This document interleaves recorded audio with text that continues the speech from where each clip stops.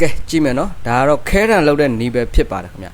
ဒါမြန်မာနိုင်ငံမှာကျွန်တော်တို့ခဲတံလောက်တက်ပြီလားဗောနော်ကဲလောက်တက်ပြီဆိုအောက်မှာကွန်မန်ကမန်းသွားဗျာဒါခဲတံလောက်မှာ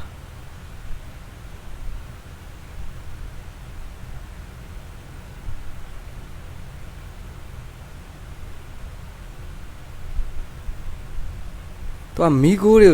ယူလိုက်တာနော်ဒါဘာကြီးလဲမသိဘူးမွေးလိုက်တယ်၃မျိုး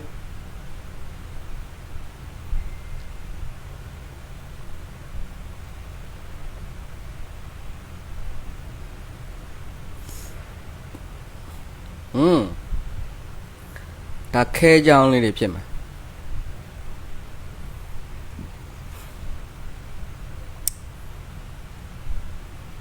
အပူပေးလိုက်တယ်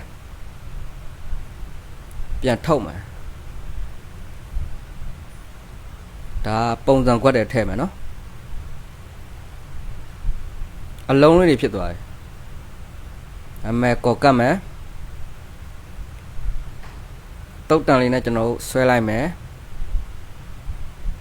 ထက်ကပ်ပါမယ်ခင်ဗျ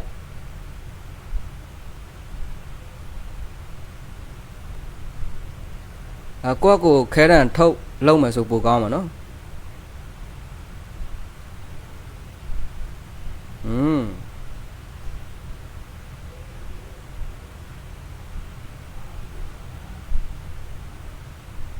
ရမိုက်အမေခဲတံထုတ်တာဒီတစ်ခါပဲတွေ့ဘူးလေခင်ဗျတိတ်နဲ့ပတ်လိုက်မယ်ဩဒီကောင်ခဲပြက်လောက်တာ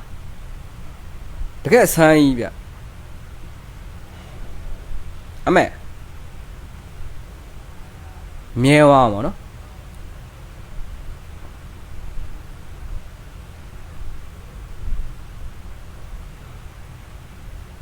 လုံးဝအမှန်ကြီးဗျ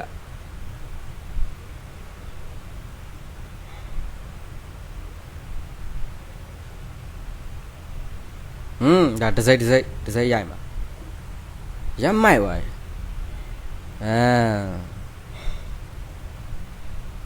GB တဲ့ဩအဲ့ပြီဗျာ GB တက်လာ